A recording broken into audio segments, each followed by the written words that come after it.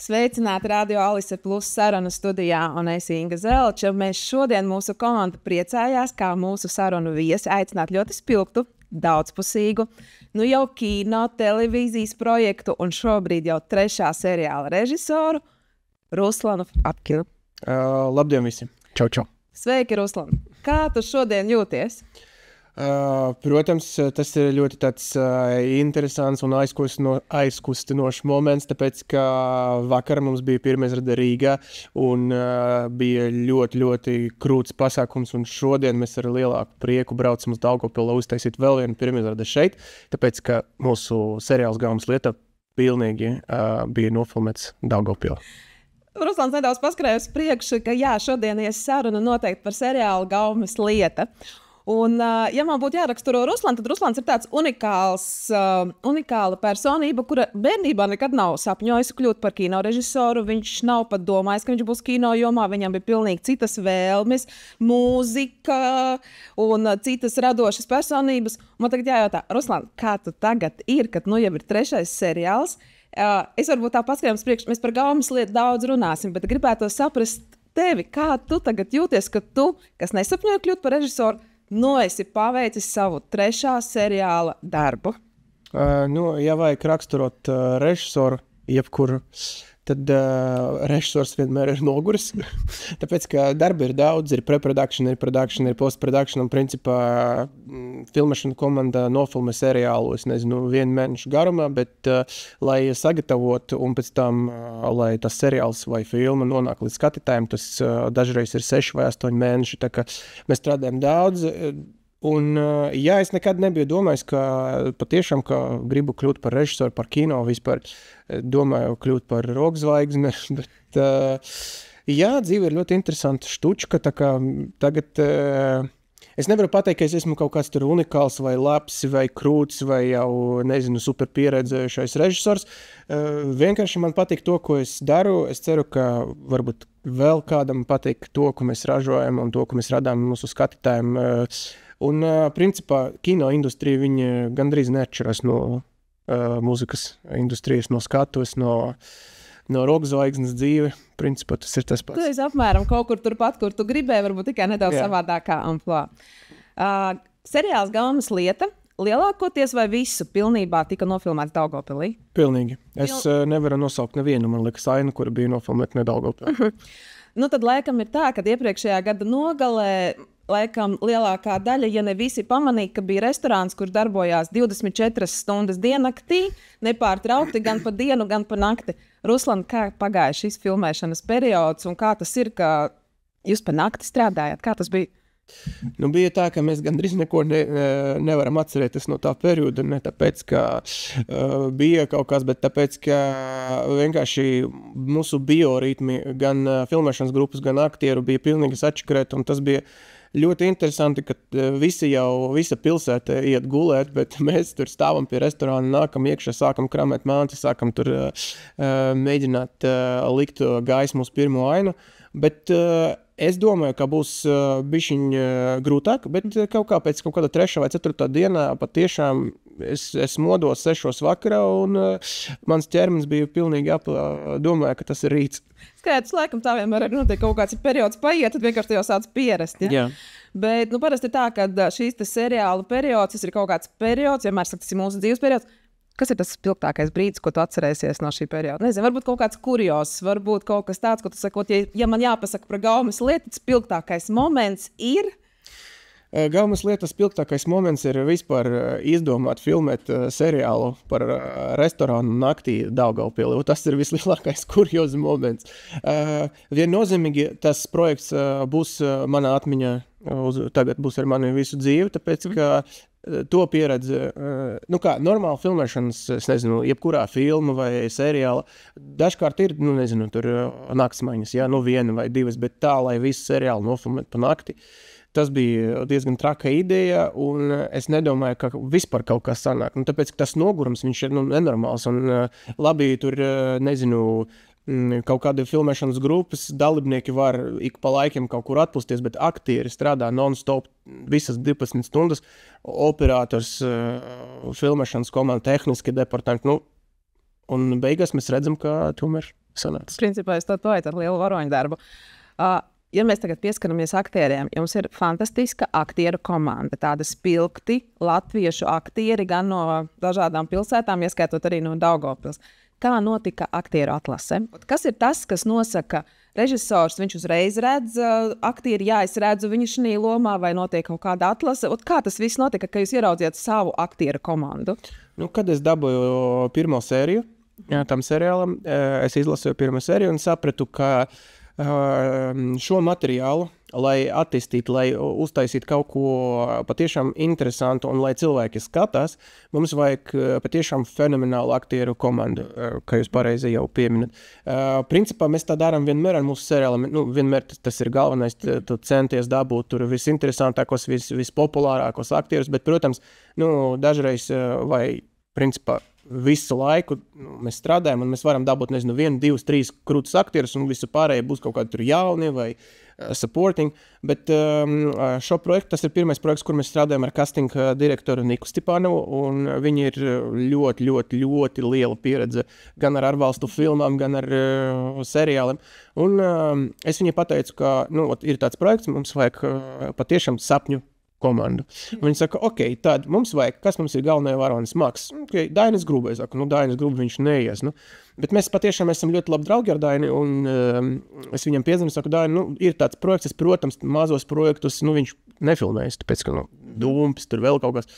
Un viņš saka, tev ar tevi mēģinām. Jā, tad Jūrijs Jāka, viņš vienmēr iet uz jebkuru projektu, tāpēc, ka viņam patiešām patīk ar mums strādāt, kā mums ar viņu. Un tad Nika vēl piedāvāja dažus tur elementus, Mārtiņš Kalniņš, Andrejs Alans, Dārta Danieviča, Katrīna Blautur, Toms Liepānieks.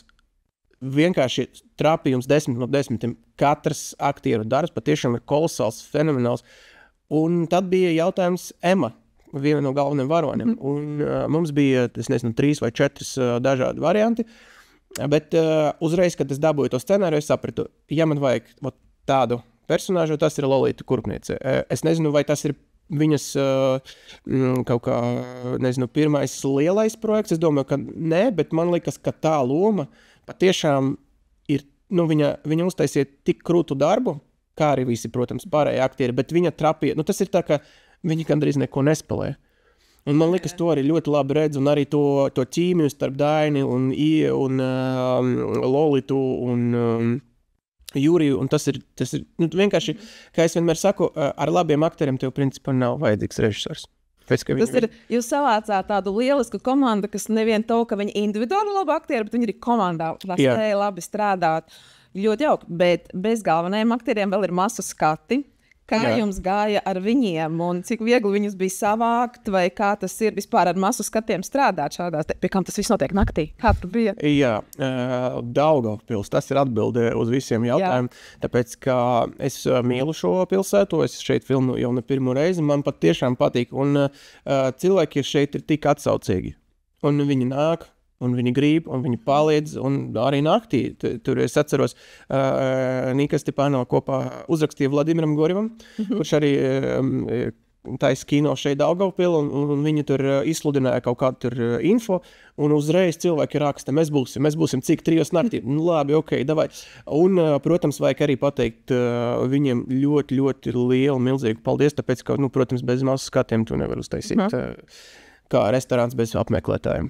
Tas būtu stulbi. Ja tā tīri interesi pēc, kāds ir vecākais masu skata dalībnieku vecums, kāds bija tāds?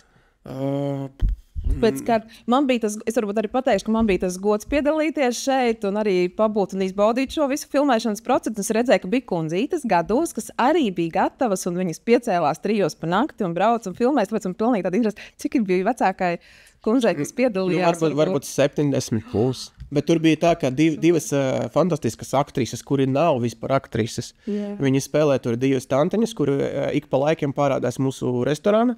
Un bija tā, ka mēs nevarējām vairs vēst nevienu aktieru no. Bija tā, ka mēs nevarējām vest nevienu aktieru no Rīgas vairs. Mums vienkārši nebija iespējas naudas ziņa un loģistikas ziņa. Un tad Nika Stepanova atrada šos divus kundzītes, un kad mēs viņus ieraudzījām, mēs sapratām, tas ir kaut kāds vienkārši kolosāls. Un, ja skatāties, viņi vienkārši ir no citas pasaules. Ir aktieri, kur tur mēģina kaut ko tur spēlē, un viņi vienkārši, viņi neko nespēlē, bet viņi eksistē, un tas jau ir fantastiski. Bija kaut kādi kuriozi ar masu skatiem, varbūt kaut kādi interesanti momenti, smieklīgi? Principā es tā kaut kādu vienu momentu nevarēšu tagad vienkārši pateikt, bet nē, ar masu skatiem bija krūti strādāt.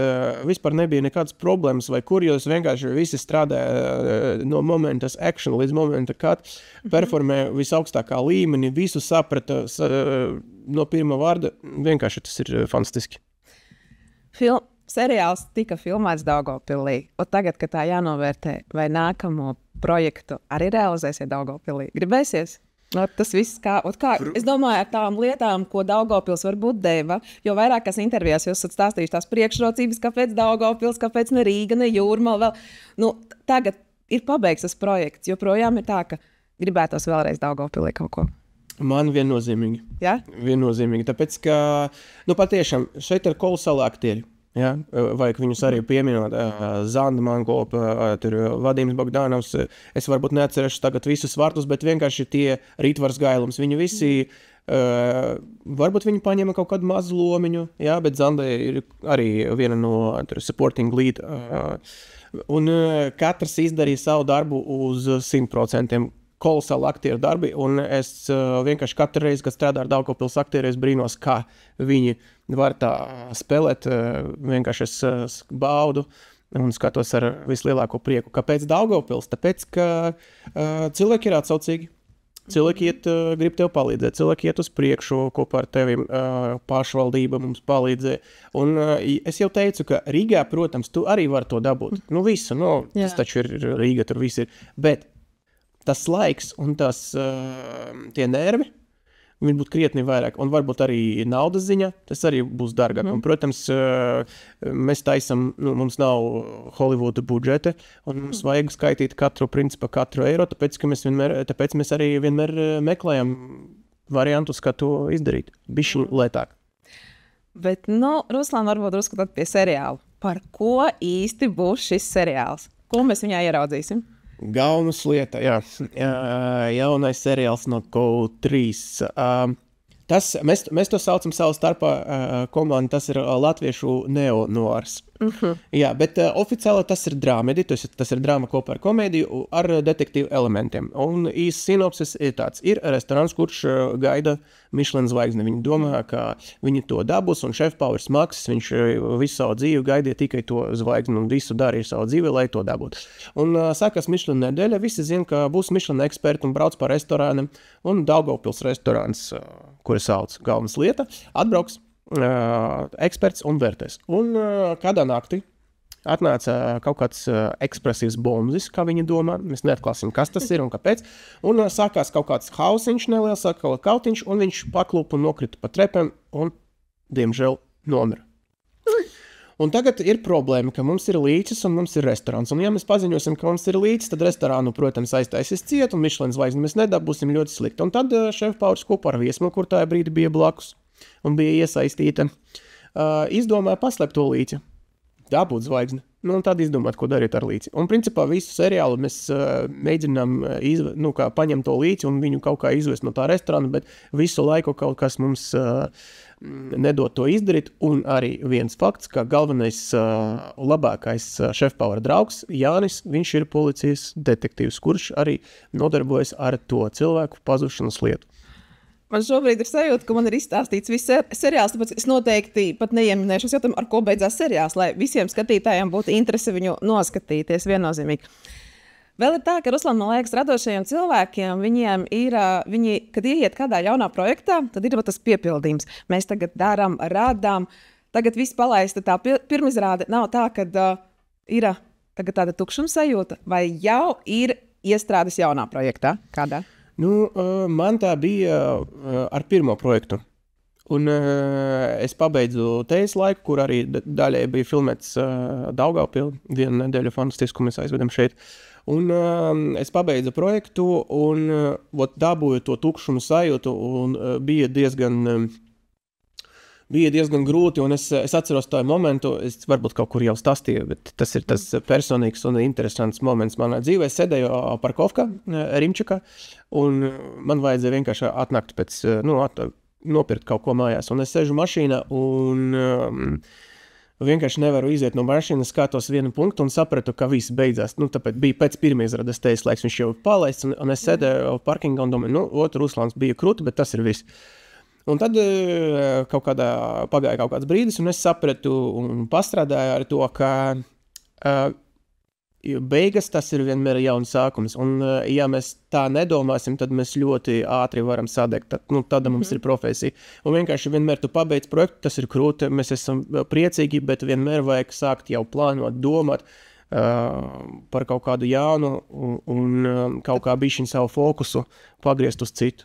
Tad es tā tagad vienkārši minēšu, ka jau ir iestrādes idejas vai jau vismaz ir kaut kāds skatījums uz jauniem projektiem? Ļoti daudz idejas, ļoti daudz visādas vēlmes uzfilmēt kaut kādu jaunu un kvalitatīvu projektu, bet redzēsim, mums ir visādas tur sarunas ar GO3 pārunas, mēs domājam, un varbūt kaut ko izdomāsim un arī varēsim baudīt jaunu projektu. Prieks dzirdēt. Ruslan, tad vēlreiz izstāstiet, kur mēs varēsim, mēs un skatītāji, kur varēs redzēt jauno seriālu? GO3 platforma. Katru trešdienu 16.04. 16. aprīli bija pirmā sērija. Jā. Un tad šodien notiek pirmizrāde Daugavpilī, kur ir uzaicinājums pēc ielūgumiem? Jā, mēs varam arī pateikt par to fantastisko pirmizrādi. Tas ir pirmo reizi, kad mēs taisam divas pirmizrādes, un kad mēs paziņojam GO3, ka mums ir tā ideja, vienkārši pasvienēt kopā ar Daugavpils iedzīvotājiem un paskatīties pirmas divas sērijas, uztaisīt tādu kārtīgo, interesantu pirmizrādi. Viņi arī bija ļoti priecīgi, viņi saka, jā, tāpēc, ka Daugavpils ir mūsu auditorija, un vajag piebilst, ka speciāli ir uztaisīts platforma GO3, tu vari ierūbīt skaņas celiņu, kurā ir speciāli uztaisīta divi profesionāli balss ieraksta aktieri, krieviski, tu vari arī ieslēgt sev krievu celiņu. Gan vīriešu, gan sieviešu balsis ar diviem balsiem profesionāli uztaisīts tulkojums. Super, man liekas, laikam ar katru interviju katrs var uzzināt ar vien vairāk un vairāk, kur vēl kaut ko var apskatīties. Ņemot vērā, kad Latvijā jau ir sasniegts Oskars animācijā, pasakiet, ir taču iekšējās ambīcijas arī tik līdz Oskaram kinematogrāfijā? Nezinu. Protams, būs negodīgi pateikt, man nekas neinteresē, es neko negribu. Protams, ka gribu, bet ja tas ir kaut kāda, tad, ja tas ir mērķis, tad atkal tu ļoti, ļoti ātri var sadegt. Mēs nedabūjam kaut kādu balvu tur, mums neapstiprināja projektu šeit. Vienkārši ejam uz priekšu. Ja dabūsim, fantastiski, nedabūsim, cīnīsimies tālāk. Jā. Ejam uz priekšu, laikam šis ir labākais teikums, ko varu pateikt. Un uz šīs pozitīvās nots es vēlos pirmkārt novēlēt, Ruslan, lai šis ir tavs viens no projektiem, lai būtu daudz un daudz vēl nākt uz priekšu, lai seriāli skatāmies mēs, skatītāji, un mums viņš liktos interesants, aizraujoši un gaidīt nākamos Ruslana projektus. Noteikti novēlu, lai ir jauks nedēļas nogale jums, ideāla prezentācija Daugavpilī un visiem tiem, kas piedalījās, lai viņi apskatās un izbauda. Un paldies par šo jauko sarunu. Liels paldies jums!